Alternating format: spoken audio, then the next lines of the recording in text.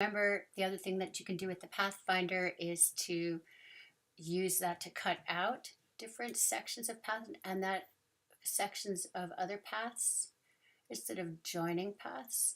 And that way you can create other kinds of shapes that might be more difficult to draw. So here I have two identical polygons, and I'm going to use the Pathfinder to cut out the top one. And as a result, I didn't do it so well, but I didn't do it so perfectly, but as a result, I have a chevron, and I can use that chevron in some other way in a project. Okay, well, almost looks like a three-dimensional structure there.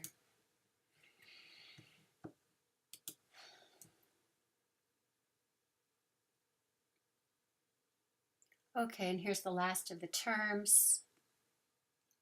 I'd like you to make sure that you have mastery over. Some of them will be on the quiz, some of them won't. Anchor point is a really important one. We've already talked about that a lot. When you use the direct selection tool or the white arrow tool, you can highlight the anchor point. You can also use that tool to move that anchor point or any anchor point around. And then aligned with that, working in concert with the anchor point tool, anchor point itself is the Bezier curve. If you have a smooth curve, you can pull out these handles and you can adjust any shape, any line with a huge amount of specific ways in order to create a particular kind of effect with your lines. So here's my Bezier curves, these mathematically determined parametric curves. And here are the anchor points that are at the center point, that are spaced within that line. And you can make new anchor points, as you should remember, with the pen tool, add anchor point. And finally, you can also pull out these control handles and change the shape of your Bezier curve.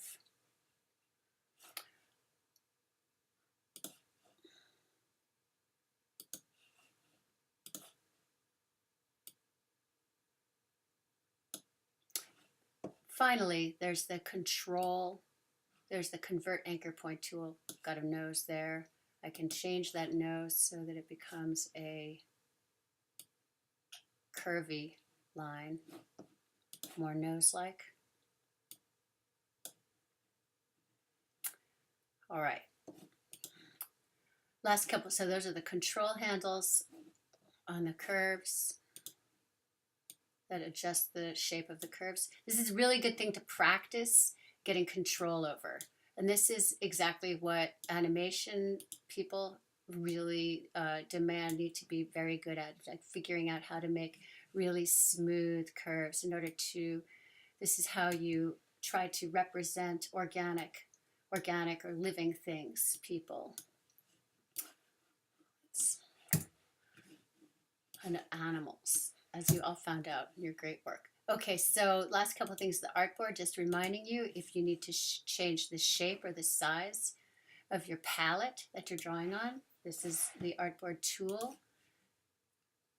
You can change it by clicking on it, and you can turn on the rulers, Command R to remind you to get the rulers to come up.